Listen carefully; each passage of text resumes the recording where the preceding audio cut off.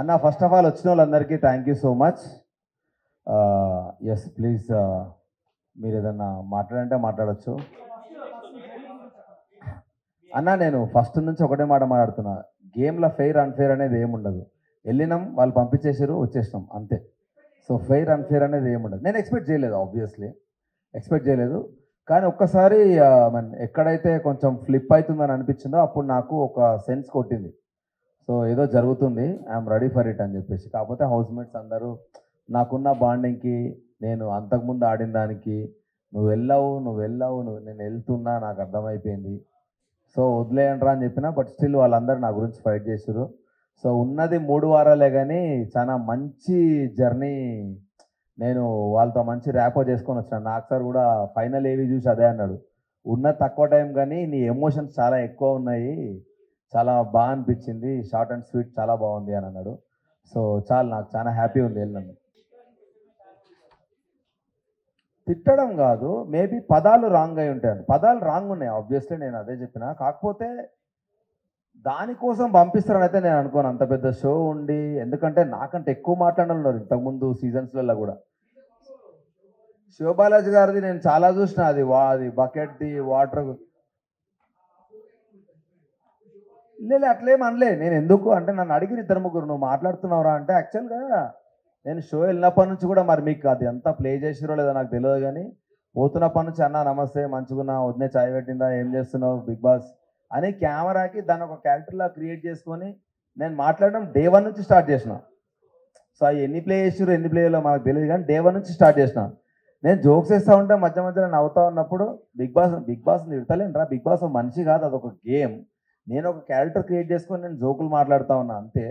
కానీ దానికి వాళ్ళు ఎందుకు పట్టించుకుంటారా? గేమ్ రూల్స్, గేమ్ గురించి మాట్లాడతారు కానీ దాని గురించి పట్టించుకోరని నేను అంటుండే. ఎందుకంటే ఒరే ఇష్టం వచ్చినట్టు మాట్లాడాలి. చాలామంది కంటెస్టెంట్లు కూడా లాస్ట్ దాకా వెళ్ళి ఉన్నారా.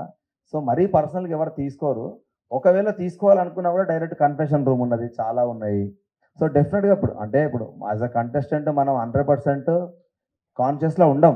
ఎన్ని కెమెరాలు ఉన్నాయి అనుకున్నా, ఎన్ని అనుకున్నా కూడా నాకు 2 రోజులు మాత్రమే నాకు మైక్ ఉందిరా, కెమెరాలు ఉన్నాయన్న ఫీలింగ్ ఉండే. తర్వాతకెళ్ళి మైక్ నాకు ఫోన్ అన్న ఫీలింగ్ వెళ్ళిపోయింది. నాకు ఇదో ఫోన్ మెడల్ వేసుకొని తిరుగుతున్నాం, ఏది పడితే అది మాట్లాడు. ఎందుకంటే ఉండలేం 24 గంటలు, హైలీ ఇంపాసిబుల్ మనం కాన్షియస్గా బతకడం అనేది. సో డెఫినెట్గా ఏదో ఒక రకంగా మనం మాట్లాడుతూ ఉంటాం, పోతూ ఉంటాం. కాబట్టి నేను ఏం పట్టించుకోలేదు. తెలియదన్న, ఎందుకంటే బిగ్ బాస్ టీం బయటకు వచ్చినా కూడా నాతో మాట్లాడేది వాళ్ళు. బయటకు నేను ఫస్ట్ రాగానే, నువ్వు actually one of the finest contestants, నువ్వు చాలా ముందుకెళ్తావు అనుకున్నా, వెరీ అన్ఎక్స్పెక్టెడ్. ఇది ఓటింగ్ ఎందుకు రాలేదో మాకు తెలియలేదు, అసలు నిన్ను ఎక్స్పెక్ట్ చేయలేమేమన్నారు వాళ్ళు. ఒకటమ్మా, మనం 105 డేస్ ఉంది. ఈ ఒకటే గేమ్ తోటి పంపిస్తారని అయితే మనకు ఉండదు. కాకపోతే వాళ్ళు ఏం చూపించారు, జనాలకు ఏం అర్థమైంది అన్నది ఒకటి ఉంటుంది. ఇప్పుడు ఏదైనా సరే ఎండ్ ఆఫ్ ద డే, నేను ఈ 2 వారాలు నేను గేమ్ ఆడలే, ఈ 2 రోజులు నేను గేమ్ ఆడలే అంటున్నారు. కానీ అదే గేమ్ నిఖిల్తో అదే ఎవరైతే కంటెస్టెంట్ పృథ్వీ ఉన్నాడో, వాడు నా టీంలో ఉన్నప్పుడు కూడా నేను ఫైట్ చేసిన. ఫిజికల్ డ్యామేజ్ అయితే తెలియదు, ఈ ఫిజికల్ డ్యామేజ్కి ఒక లిమిట్ ఉండదు. దెబ్బ తగిలి మొహాన్ని తగిలితే ఎవడు రెస్పాన్సిబుల్ అంటే నిఖిల్ గాడు వాళ్ళే మాట్లాడారు. మీరు చూసుంటే, అరే మనం ఆర్టిస్టులం రా, బయటకు వెళ్తే మనకు లైఫ్ ఉంటుంది, చేతులు కాలు. ఎందుకంటే లాస్ట్ సీజన్ చూసిన శివాజీ అన్న చెయ్యికో ఏదో ఫ్రాక్చర్ అయింది కదా, ఆయన సీజన్ అంతా అట్లే ఉండిపోయాడు పాపం. సో ఎవడు రెస్పాన్సిబుల్? అది ఇంకా ఎక్కువ స్ట్రెచ్లో అయిందనుకో. నా దాంట్లో ఉన్న కంటెస్ట్ నబీల్ ఉన్నాడు, నబీల్కి చెయ్యి ఇరిగింది, నబీల్కి నడుము బ్యాక్ ఇంజురీ ఉన్నది. సో ఆదిత్య అన్నకి చిన్నగా ఆస్మా ఇష్యూ ఉన్నది. ఇవన్నీ నాకు తెలుసు. సో తెలిసినప్పుడు నువ్వు ఫిజికల్ డ్యామేజ్ చేసుకుంటే రేపు పొద్దున లైఫ్ కూడా ఇబ్బంది అవుతుంది, వద్దు అన్నది నా కాంటెక్స్ట్ ఉండే. సో దానివల్ల తీసేసారంటే దట్స్ ఓకే, ఇంకా మనం ఏం చేయలేము. ఎందుకంటే ముందే చెప్పిన, ఆడియన్స్కి నచ్చిన రోజులు ఉంచుతారు, నచ్చిన రోజు తీసేస్తారు. సో నచ్చినప్పుడు మనం ఎంత యాక్సెప్ట్ చేస్తామో, నచ్చినప్పుడు కూడా అంతే హ్యాపీగా బయటకు వచ్చేయాలి. హానెస్ట్గా చెప్తాను, నేను మాట్లాడిన మాటలు ఎందుకు నాకు అనిపించిందంటే, ఫస్ట్ డే 1 నుంచి చీఫ్ అనే పొజిషన్ చాలా గొప్ప పొజిషన్ అని ముందు నుంచే చెప్తున్నారు. చీఫ్ అనేది చాలా గొప్ప పొజిషన్ అని చెప్పినప్పుడు ఫస్ట్ వీక్ కాదు, ఒక్క నిమిషం, సెకండ్ వీక్లో నేను నామినేషన్ చేస్తున్నప్పుడు డైరెక్ట్ ఒక క్వశ్చన్ అడిగినాను బిగ్ బాస్. విష్ణుప్రియ అని నాగార్జున గారు చెప్పిన పాయింట్ మీద నువ్వు నామినేట్ చేస్తున్నావు, నీ పాయింట్ చెప్పు అని అన్నాడు. నేను ఒకటే మాట అన్నా, నేను హౌస్ కంటెస్టెంట్కి వచ్చిన సార్, నాగార్జున గారు పబ్లిక్ అందరూ అది అనుకుంటున్నారు కాబట్టి చెప్పుంటాడు. సో పబ్లిక్ అందరూ నువ్వు హౌస్లో డౌన్ ఉన్నావు అని చెప్పి అన్నప్పుడు ఇంకా నువ్వు హౌస్కి ఎందుకు అన్నది నా పాయింట్. నామినేషన్ నా సెల్ఫ్ గురించి ఎందుకు వేస్తా? నీతో నాకు గొడవ ఉంటే నేను ఎందుకు వేస్తా? గేమ్ గురించే మాట్లాడాలి కదా. ఆ పర్స్పెక్టివ్లో మాట్లాడినా నామినేషన్ అనేది హౌస్కి అవసరం లేదు, ఆడియన్స్ నిన్ను హౌస్కి అవసరం లేదు అనుకున్నారు కాబట్టి సార్ నిన్ను ఫ్లాప్ దాంట్లో పెట్టిండు. సో ఆడియన్స్ అనుకున్న తర్వాత డెఫినెట్లీ హౌస్కి ఎందుకు ఇంకా నువ్వు అన్నది నా పాయింట్, ఎందుకంటే గేమ్ ఆడేదే ఆడియన్స్ గురించి కదా. సో ఆ పర్స్పెక్టివ్లో నేనేం చెప్పినా అంటే చీఫ్ అనేది అంత గొప్ప పొజిషన్ అయినప్పుడు, చీఫ్ని జనాలందరూ ఎన్నుకున్నప్పుడు, చీఫ్ అనేటువంటి ఒక లీడర్ అయినప్పుడు లీడర్ హౌస్కి అవసరం లేదని ఎట్లా అంటారు? అది నా పాయింట్ ఉండే. కాకపోతే మీరు ఏం చెప్పవచ్చు అంటే ఇప్పుడు ఇద్దరు చీఫ్లు ఉన్నారు, ఒక్కడే నామినేషన్లో ఉన్నాడు, ఇంకొకడు నామినేషన్లో ఉంటాడు అంటే అది నాకు ఫెయిర్ అనిపించేది. కానీ నువ్వు ఇద్దరు నామినేషన్ వచ్చినాక నామినేషన్స్ అన్నీ అయిపోయినాక నువ్వు డైరెక్ట్ ఎలిమినేట్ అవ్వాలి అని అంటే అది నాకు కంప్లీట్లీ అన్ఫేర్ అనిపించింది. చీఫ్ గొప్ప పొజిషన్ అని మీరే చెప్పుకుంటా ఆ చీఫ్ నామినేట్ చేసుకోవాలి అన్న కాంటెక్స్ట్ నాకు నచ్చలేదు. సో అట్లా ఒకదాని ఒకటి లింకప్ అయినాయి. ఇంకోటి ఆ వీడియో ఏదైతే మొత్తం ప్లే చేసినారో దాంట్లో 80% మేము జోక్గా మాట్లాడుకునే ఉన్నాయి, ఒక 2-3 నేను సీరియస్గా మాట్లాడినా, దాని పక్కన మిగతా జోక్గా మాట్లాడినవన్నీ యాడ్ ఆన్ చేసి మ్యూజిక్ యాడ్ చేశారు. ఆ జోక్గా మాట్లాడిన దాంట్లో ఫన్నీయెస్ట్ థింగ్ ఏంటంటే నాకంటే అధ్వానంగా మాట్లాడిన వాళ్ళు చాలామంది ఉన్నారు. అవి ఏం ఇప్పుడు వాళ్ళ పేర్లు చెప్పా లోపల ఉన్నారు కాబట్టి, కానీ వాళ్ళు డైరెక్ట్ చాలా ఘోరంగా మాట్లాడారు. ఇదేం ఇంకా మాట్లాడొద్దులే కానీ మళ్ళీ వాళ్ళ గురించి ఎందుకు అవుతుంది కానీ వాళ్ళు ఇంకా టూ మచ్గా మాట్లాడారు. నేనన్నా మజాక్లో మాట్లాడినా, వాళ్ళు చాలా సీరియస్గా ఉన్నారు. నేనుండా నాకేం అవసరము ఏదో షోనా ఇట్లా మాట్లాడిన వాళ్ళు ఉన్నారు. దుప్పట్లది దుప్పట్లది దుప్పట్లది నేను అన్నా కదా, దానికంటే ముందు డే 1 నుంచి దుప్పట్ల మీద అందరు జోకులు క్రాక్ చేస్తూనే ఉన్నారు. నేను ఎలిమినేట్ అవ్వడం వల్ల నా డైలాగ్ లేచిరు కానీ నాకంటే ఇంకా అధ్వానంగా మాట్లాడిన వాళ్ళు ఉన్నారు. అది ఇక లైట్ అన్న దానికి ఇక అయి ఉండొచ్చు. నేనే చెప్పిన కదా, నేను ఫిజికల్ టాస్క్ నేను ఆడతా, not for the cause of damaging my body. ఎందుకంటే నేను ఈ 3 monthsే కాదు మొత్తం త్రూఅవుట్ జర్నీ అన్న, నేను యాక్టర్గా నేను స్ట్రగుల్ అయితే ముందుకెళ్తున్నప్పుడు ముక్కు ముద్ది చెయ్యి కాలు ఇరగొట్టుకొని నేను సినిమా డైరెక్షన్ చేసుకుంటా, సినిమా షూట్ని మధ్యలాపి నేను హౌస్కి వచ్చిన, బయటకు వెళ్ళి అరే నాకు ఇంకో 3 నెలలు బెడ్ రెస్ట్ కావాలరా అన్న పొజిషన్ నాకు వెళ్తే నన్ను నమ్ముకున్న టీం అంతా ఏమవుతారు? సో డెఫినెట్గా నాకు ఇబ్బంది అవుతుంది. అది కూడా ఎందుకంటే యాక్చువల్గా చూస్తే ఫస్ట్ ఉరికినా నేను, కానీ పృథ్వీ గురించి ఆల్రెడీ నాకు తెలుసు కాబట్టి వాడు నన్ను అటాక్ చేసిన విధానం నన్ను ఎంత ఘోరంగా డిఫెండ్ చేసిందంటే కన్నుకు దాకింది, నడుముకు దాకింది, షోల్డర్కి దాకింది. ఆ పెయిన్ స్లోగా తెలుస్తుంది నాకు. సో నేను ఇంకా అటాకింగ్కి వెళ్ళినా అంటే వాళ్ళు ఫస్ట్ టార్గెట్ నన్నే పెట్టుకున్నారు. అది ముందే తెలిసింది వాడిని ఆపండ్రా ఫస్ట్ అని. సో నాకు తెలిసినప్పుడు నేను వెళ్తే మళ్ళీ ఇంకెక్కువ అటాక్ చేస్తారు. సో నేను ఎక్కువ డ్యామేజ్ చేసుకోదలుచుకోలేదు. నెక్స్ట్ ఇంకా టాస్కులు ఉంటాయేమో అండ్ ఇంకోటి ఆ టాస్క్ 2 రోజులు అవుతుందని కూడా ఎక్స్పెక్ట్ చేయలేదు నేను. 1 day అవుతుందేమో, అయిన తర్వాత మనకి ఇంకేమైనా ఆప్షన్ ఉంటే చేద్దామని అనుకున్నా. నేను ఫస్ట్ డే డౌట్ గివప్ ఇచ్చిన కాబట్టి బ్యాలెన్సింగ్ టాస్క్ రాగానే ఎస్ ఇదైతే బ్రెయిన్ గేమ్ కాబట్టి హ్యాపీగా ఆడొచ్చు అని నేను ఇమ్మీడియట్లీ దాంట్లో జంప్ అయిన తర్వాత మేము అనుకున్నట్టే మేము గెలిచిన తర్వాత నేను ఇంకా మళ్ళీ ఎక్కడ ఫీల్ అయినా అంటే ఫస్ట్ రౌండ్ వాళ్ళు గెలిచినప్పుడు వాళ్ళు ఒక ఎలిమినేట్ చేసే ఆప్షన్ ఇచ్చారు.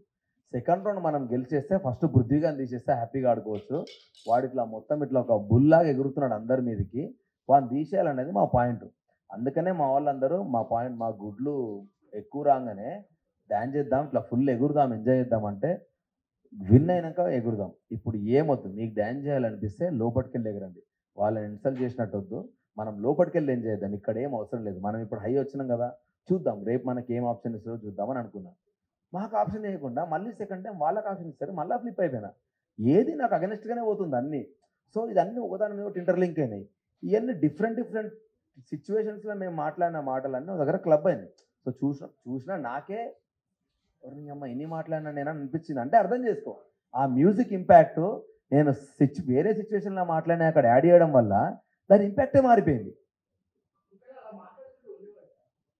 ఏమో నేను మాటల వల్ల తీసేసి ఉంటే అయితే 100% అది మాట్లాడకుండా ఉండేవాడిని చెప్తా. కానీ వాళ్ళు క్లియర్గా చెప్పిర్రు, ఆ టీం వాళ్ళే నా దగ్గరకు వచ్చిర్రు, మేము నిన్ను ఎక్స్పెక్ట్ చేయలేదు నువ్వు బయటకు వస్తావని, మేము ఫిక్స్ అయిపోయినాం నువ్వు టాప్లో ఉంటావు అని చెప్పేసి అని. సో వాళ్ళకి మాట్లాడాల్సిన అవసరం ఉండదు కదా. ఒకవేళ నేను మాట్లాడిన మాటలు అంత హర్టింగ్ వాళ్ళకు ఉంటే బయటకు వచ్చి మళ్ళీ ఎందుకు నాతో మాట్లాడతారు, ఏం జరిగింది ఏమైంది నన్ను క్లియర్గా అడిగి నేను చెప్పిన. నా జిందగీలో నేను చపాతీతో దోశలు తినలే అన్న, 3 రోజులు చపాతీ దోశ పప్పు. మీకు తెలియదు కానీ ఎంతమంది నా దగ్గరికి వచ్చారే నాకు స్టమక్ అప్సెట్ అవుతుందిరా, నాతో అయితలేదు ఈ ఫుడ్. ఎందుకంటే ఇప్పుడు ఈరోజు పెట్టిన ఫుడ్ రేపటి దాకా తినాల్సి వస్తుంది, దానివల్ల చాలామంది అప్సెట్ అయినాయి, చెప్పుకోలేదు ఎవరు. సో ఇవన్నీ ఇప్పుడు ఎట్లా అంటే ఆకలి మీద కొన్ని మాటలు మాట్లాడుతూ ఉంటాం. ఆ ఆకలి మాట్లాడించిన మాటలు కొన్ని సరదాగా జనాలందరితో కలిసి మాట్లాడిన మాటలు కొన్ని. సో ఇది ఫోర్గ్రౌండ్ అయిపోయినాయి, అవన్నీ బ్యాక్గ్రౌండ్ అయిపోయినాయి. ఈ ఎఫెక్ట్ అంతా వాటన్నిటికీ యాడ్ అయ్యాయి. నాన్న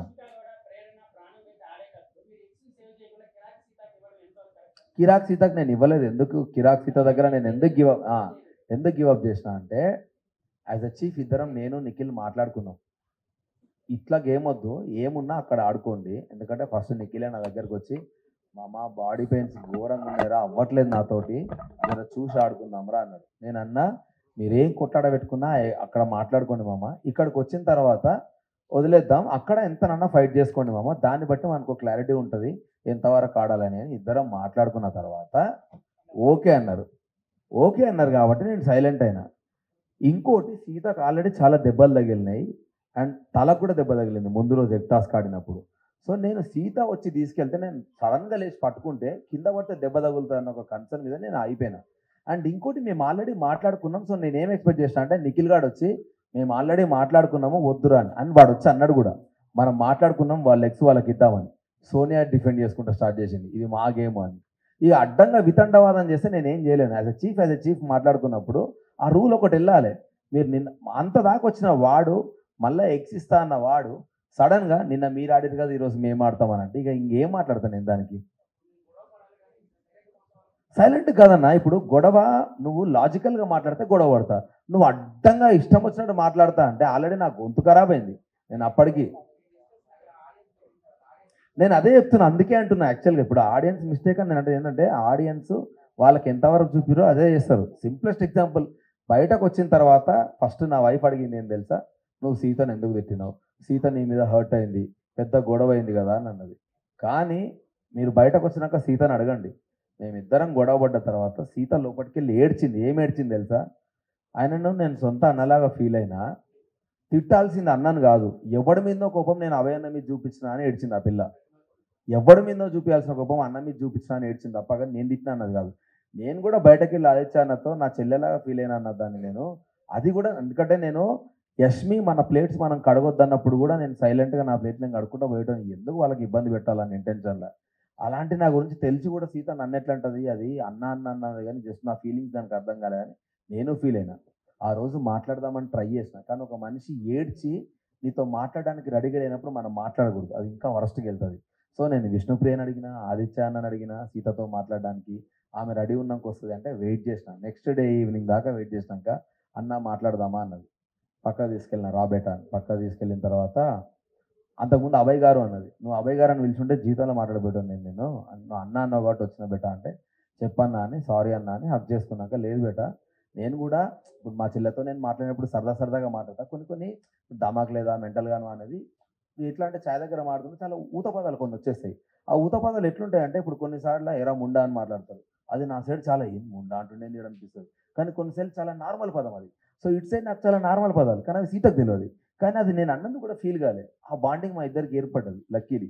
సో నేను సీతతో అదే చెప్పిన. ఆ తర్వాత మళ్ళీ ఆ ఇష్యూ కాలేదు. బిగ్ బాస్ మీద నాకు ఏం ఒపీనియన్ లేదు. పాయింట్ అవుట్ చేసిరని అయితే నేను ఫీల్ అయినా హానెస్ట్గా. ఎందుకనంటే ఇప్పుడు ఏదన్నా రూల్ తప్పినాం అనుకో అన్న, బిగ్ బాస్ నుంచి వార్నింగ్ వస్తుంది, మీరు రూల్ తప్పుతున్నారు జాగ్రత్త అని వార్నింగ్ వస్తుంది బిగ్ బాస్ నుంచి. నా విషయంలో ఒక్కసారి కూడా రాలేదు. రానప్పుడు పక్క వాళ్ళందరూ చాబోయి నువ్వే అంటే, గుమ్మడికాయ దొంగ అంటే నేను ఎందుకు భుజాలు అనుకుంటావు? నేను తప్పు చేస్తే డైరెక్ట్ చెప్తారు కదా వాళ్ళు, బిగ్ బాస్ చెప్తాడు. నేను టేబుల్ మీద తబలా కొడుతుంటే, అబ్బాయి మీరు చేసే పని తక్షణమే ఆపేయండి అన్న క్యాండిడేట్ నేను బిగ్ బాస్ గురించి మాట్లాడుతున్నప్పుడు ఆయన అననప్పుడు నేను ఏమనుకుంటా, వాళ్ళు అన్ని పిచ్చలు ఇట్లా ఎడ తీసుకుంటారు.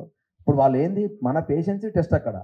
వీడు టంగ్ లూజ్ అవుతున్నాడు అని అనుకుంటారు, కానీ వీడు నన్ను తిడుతున్నాడు ఎందుకు అనుకుంటారు అని చెప్పి నేను ఆబ్వియస్లీ అనుకుంటాను. ఎందుకంటే నేను కన్ఫెషన్ రూమ్కి వెళ్తాను చాలాసార్లు అడిగిన,